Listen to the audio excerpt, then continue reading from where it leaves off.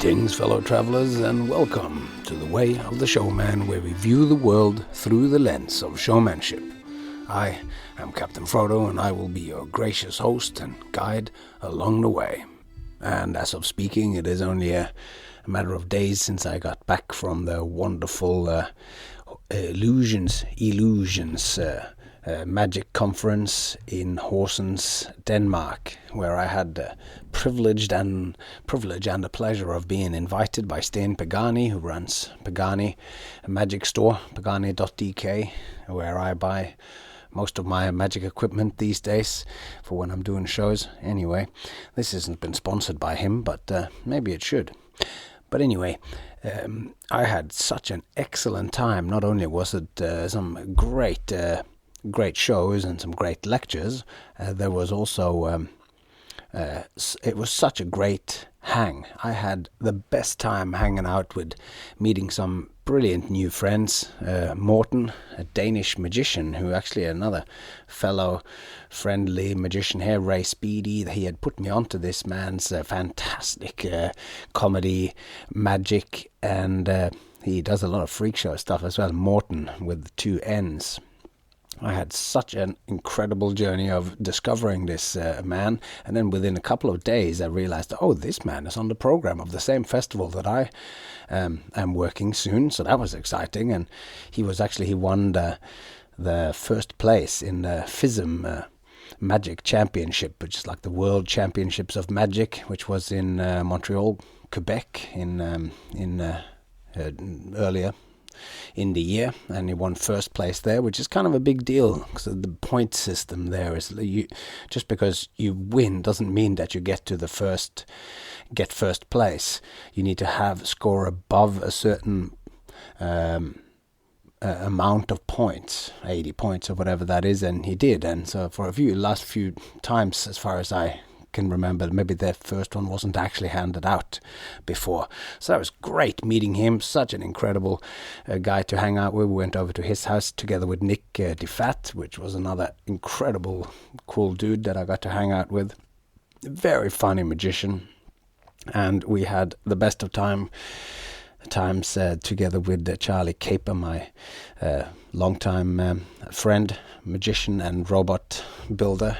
I had a pleasure there at this festival also to see Mario, the maker magician, who also makes robots. So it's this bizarre coincidence where you kind of have the first and only 2 magicians in the world who is doing robot stuff, and they're at the same little convention in this gorgeous little town in Horsens in Denmark, where I've spent a bit of time, because that's also where Circus Nemo, this Danish crazy circus that I've worked for 3 times, they set up their season there, so you sort of do an extra week. So I've been there 2 weeks, 3 times.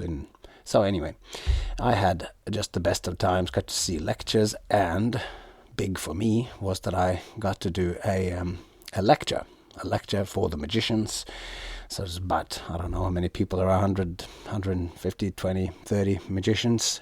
And I got to hold my lecture, and that was very excellent. It was very well received. People really enjoyed it, came up afterwards and said it was great. And it was my very first lecture, and it's always hard to know, of course, like how useful is what I talk about when I talk about it, for instance, specifically for magicians or whatever.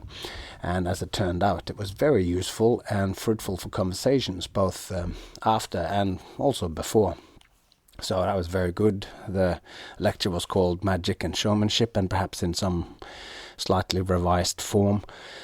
Without me revealing any magic tricks or anything like that, I might share it here on the podcast at a later stage. But anyway, I had the best of times, and Nick and Morten and Charlie, we just ripped it up there. Also got to see Charlie and Marlin's show Minor Miracles, which was just such a wonderful experience to see. I've absolutely, if you're at a fringe festival somewhere around the world and you have the opportunity to see Minor Miracles with Charlie and Marlin, then definitely take the chance. And Mario, the maker magician, he lives in New York City, so if you're around there, watch this guy blow the minds and inspire the pants off any kid. It was like this guy's heart is so big that you can't help but get emotionally affected.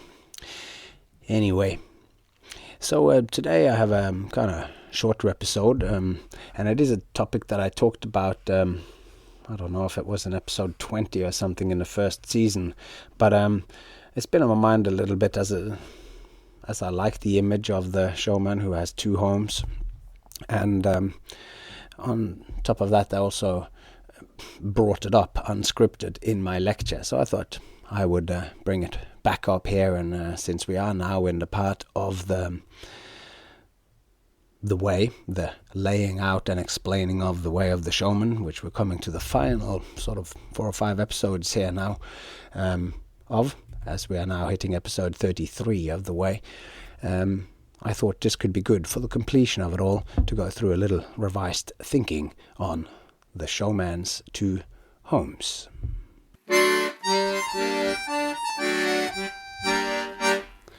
Yeah, well, this is normally where I say the title of the thing, but since I just said the showman's two homes, it feels almost a little weird to repeat it now, but a showman's two homes, that is what we are about to dive into, because the showman lives two lives, and this goes right back to in the very beginning here, where we were talking about an inside and an outside of the showman, how there's the outside world, the outside geography, and the inner geography, and how we divided that word showman up in the show world and in the man or human being. So this is the first, is like the showman lives two lives as a human being, like the man as a human being, and as a showman engaged in the business of making and doing shows. And both are, in a sense, creative, but their motivations and domains are of totally different natures. In the showman's human or man aspect, and just dividing this word up, keep feeling a little awkward about this man all the time, but that's how I have done it. So anyway, so in the human man aspect of his life, the showman eats and sleeps and goes to meetings, has relationships, maybe he has children, maybe he has extended family, maybe he provides for those he loves, and he does everyday things, while simultaneously, in a parallel way, he spends a lot of time in another particular and ephemeral dimension of the world, which we call shows. This is, of course, the section where we are now talking about, and we have the triangle of showman, audience, and show, and this is all brought together with attention, and we've spoken about showman, we've spoken about audiences, we've spoken about attention, and we are now in shows, and this is a aspect of shows that I think is really quite interesting, because this show realm, this ephemeral dimension, it is the realm where juggling and poetry and magic and stories and music and religion and that this is where this grows, and this is where it is actualized into the real world. This is the world that we get together and we experience as we sit around a fire, or as we sit facing the one who faces the other way. And in this realm, the showman prepares what skills and what words, what ideas and situations can be presented to bring forth the participatory creation between him and his audience, which is what we call shows. So we're kind of preparing to get into that world with all our rehearsals and all this creation that we do. We're creating to invite the audience into this world, this participatory world where we're both, connecting over a story or over magic. So the things that the showman does in the real world is closely interrelated to what happens in the shows, yet they are different. And this place, if we can call it that, the show has a pull on him, and he wants to be there. For some, it is experienced as a need. Without getting to this place, there is a lack of meaning in the showman's life.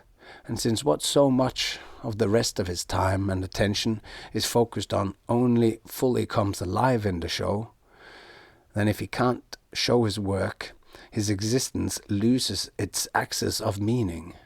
And in a certain sense, like any division of a whole, this separation of showman into domains or domiciles, two different domains. It is, of course, artificial, as any other mapping we have done along the way, but yet again, from the division and simplification, meaningful patterns emerge, graspable patterns which, through the process of making sense to us, makes us understand something which until then had been sort of below our radar or lost in the noise. Because in the moment we understand something, in the moment that we see something for what it is, then a pattern in the swirling expression of life or patterns emerge, and meaning emerge in the moment that we understand something, because understanding and meaning are, as I think we might have talked about before, they're sort of two sides of the same coin. If we don't understand something, then it is meaningless. And in the moment we start to understand it, that we start to connect to it, maybe you start connecting to it intellectually, go, oh, I understand why this painting is like this. In the process of you understanding that, it's like you pick at a little thread, and then all sorts of little ends and things will be able to connect yourself to it, and then meaning will come from it. And then the more you think about it, hopefully, and the more time you spend with it, the more meaningful this painting might be. So understanding and meaning are really closely connected. Now, the showman, living his life in these two interconnected yet separate worlds, means that the showman then has two homes. One is in the real world, often a house, a flat, a yurt, or a caravan towed behind this red Volvo, a place he feels like he belongs, where he can put his things. And in this home, there is often other people whom he cares a lot about. Let's add to this that there is a significant amount of performers that might not have a fixed abode, not even a caravan. They might use a friend's address or a parent's address as a place to receive mail and whatever else a fixed abode is needed for. Regardless of this, these kinds of real-world homes are found in specific locations of outer geography, like London, Las Vegas, or Haugesund, Norway. A showman's other home turns out to be much more elusive.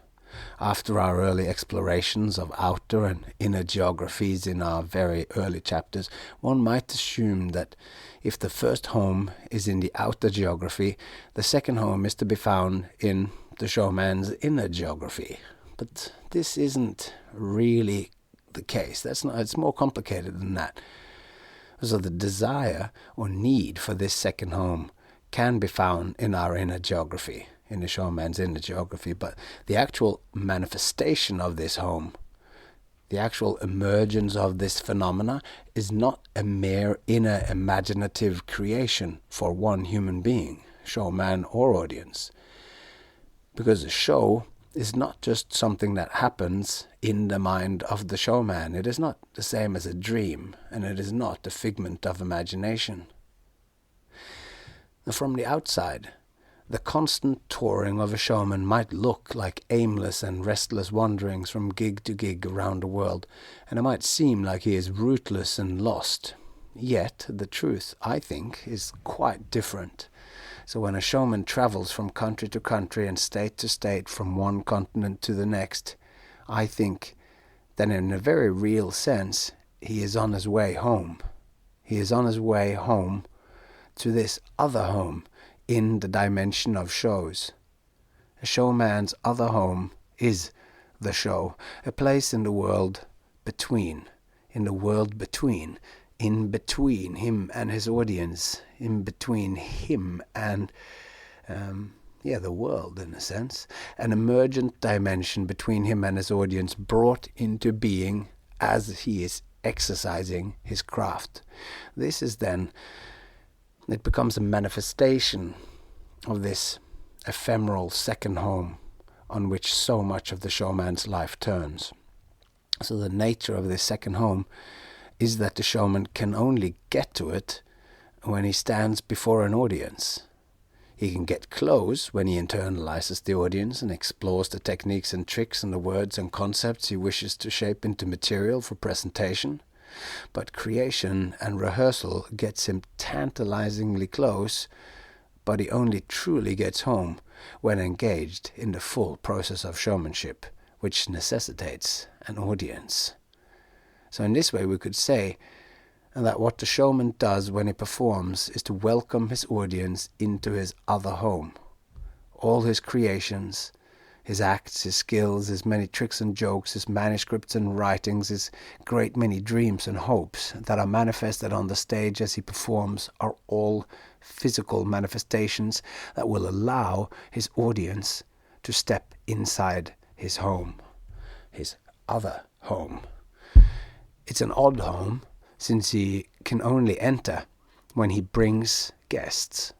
The audience now is in this peculiar role. It's like a dual role that they are both house key and house guests. Only by sharing his home can he get home. If he comes home alone, it is locked for him and for all. He has to sleep on the veranda or something outside, maybe in the shed, the rehearsal shed. He can't get into the main mansion that springs into being when he invites the audience in there. So in a sense, without them, it's sort of like this dream that he can't access. And with them, he can be lucidly dreaming and get inside, and it all comes into being as the audience starts looking at him, and tension builds. So to speak mythopoetically, as in myth-creatingly, mythopoetically, this home is the most beautiful castle, lying beyond the wild blue yonder, the palace where poetry resides, where dreams are made and live their effervescent lives, where all fictional characters live, where the worlds created in the Norse, Greek and African mythologies are found, where fairy tales, myths and tall tales come from. It's the place of deep and living imagination made real by human connection. This most beautiful castle in the wild blue yonder is a place of tremendous excitement. Coming home to it is a source of great pleasure and belonging for Showman and his house key guests alike. It is a glorious and shiny place where things seems at once more real and more fantastic. It's a place that is willed and imagined into existence. The showman gets himself, and in the mirroring to the spectators, they meet an enriched version of themselves, where the limitations and restrictions of everyday life doesn't need to apply. Characters, larger than life, heroes, villains, tricksters, shamans, sorcerers, saints, and even gods inhabit the many rooms and chambers and gardens of this sacred place. The part of the showman's self, the character which stands on the stage, the one who brings the audience into this castle, is the manifestation of the show aspect of the showman. It's who the showman is when he gets to go home to his second most beautiful castle in the wild blue yonder. This character is born, and it grows and develops and lives in this dimension. Like how the showman struggles and desires to be a good man in a real everyday world, meeting the demands and the needs of loving and living in the world, he must also work to better and improve his other character, the other manifestation of his self. He wants his character to be the best companion for his house key guests, as meaning his audience, for he is aware that unless they want to join him in his home, the most beautiful castle, then he can't get in. He can invite them to the front of his house. He can trick them with colorful posters and great promises. School buses full of children might be shoved into seats before him, but unless they want to play his strange games, unless they want to participate, his home will not open to him. We've all had performances where we've shown all our material, yet nothing happens. You might as well have been reading aloud from a manual of instructions for a 1984 dishwasher for all the affect that your performance had. In moments like this, we go home to our outer geography home, dejected. We got them to the threshold, but they did not want to come in. They did not want to visit, thus leaving us standing on the verge of getting to our most favorite realm, only not to manage to grasp their attention, and thus leaving us locked out of our most precious place. The showman is grateful, or he should be, for the dimensions of shows. The castle in the wild blue yonder can only be entered voluntarily. You can be present in a theatre for 2 hours of chronological time, but you might never transcend this quantitative time and experience kairos. There is nothing the showman can do to force the unwilling. No matter how much him and the teachers present at the school show scream and reprimand the kids, they will neither enter the castle nor let him enter his glorious home in the wild blue yonder. It makes him want to be a better person, a better character. Some show folk probably spends considerably more time working on and improving their character, the character that they are in the shows, this which lives in the castle and the wild blue yonder, rather than the character that they play in the world. This second home, I'm not saying I approve of that, but I think it is the case. We should all work at least as much, if not more, on the character that we play in the real world, the character that we are in the real world. Now this second home is, needless to say, a place the showman wants to be. Maybe he more than wants it. Maybe he needs it in the way that a smoker needs a cigarette, or any animal needs food and water.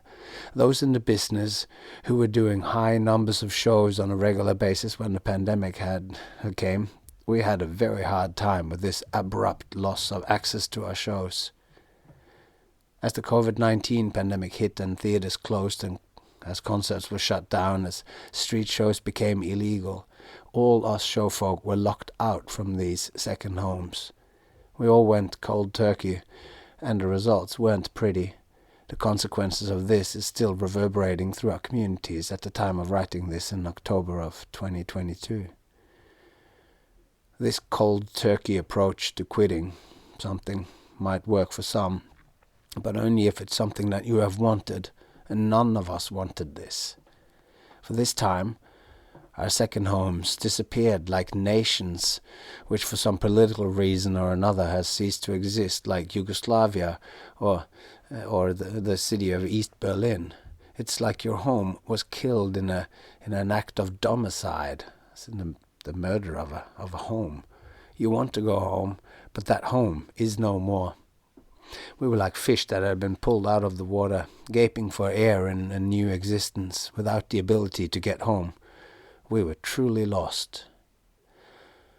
And the pandemic took its toll not just because showfolk were out of a job, and not just because not doing shows left us lost and rudderless, but because we longed for a place we couldn't get to.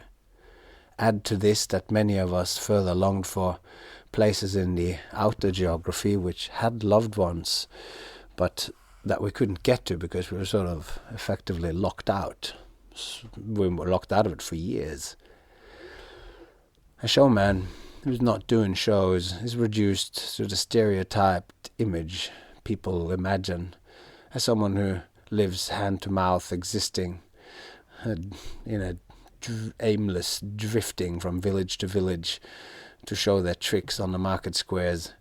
No longer a human who leaves his family and goes out alone, but with the express purpose to meet a group of beautiful strangers and invite them to this beautiful castle home that he has in the wild blue yonder, to share with them the poetic constructions of experiences and to show them the many rooms and all the art and artifacts contained therein.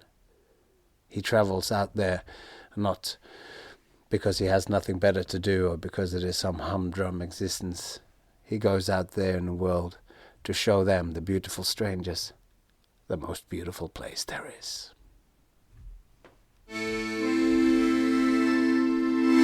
And there we have it. The end of a short and sweet episode about the Showman's 2 homes. And for those of you who remember back to the beginning of what I call the second season, when I talked about my own creative process and creating a show during the pandemic, I read a poem there by the Norwegian poet Jens Bjørneboe, which is called My Heart. My heart, my heart, it's an orphan child. And I did an act where I did some plate spinning, where the whole thing is about setting up to make to read this poem, but I keep being interrupted by the plates as they're spinning along. And in the end, there's 12 plates spinning, and I've used classical music by Rameau, and it's gone on repeat several times to increase the kind of feeling that this is taking longer and being more chaotic than it will. And then in the end, I stand in the middle, and I finally got the 12 plates playing in a recording where Igor, a very excellent hardcore band, industrial metal, but using technology. Anyway, they have, for whatever obscure reason, they used that same piano piece.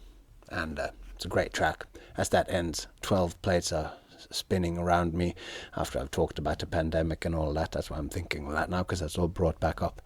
And then I stand in the center of these plates, which is kind of like in a horseshoe around me, 12 plates, 4 on the left, 4 on the front, and 4 on the right. And I stand in the middle there as the music ends. Beautiful piece, piano piece, played by Vikingur Olafsson. It's a music by Johann Sebastian Bach, and that's playing. And then I read this poem about the most beautiful castle that he seeks, the child, his heart seeks this. His heart is like an orphan child, and it seeks this place. And then as I stand there and read it, it's a hot book, so the book catches fire. So I'm standing there reading the poem, and it's burning as I'm standing there, and all of the 12 plates fall down and smash all around me. But anyway, that's what the act is. But that poem, these words of calling it the most beautiful castle there is, and in the wild blue yonder, that all is, that imagery is from that poem. So I was thinking that a lot when I did that act, and strangely enough, it's now like almost exactly 2 years ago since that happened, and it's so weird. All the stuff that happened in the pandemic, including the writing of all this stuff, which is coming to an end now.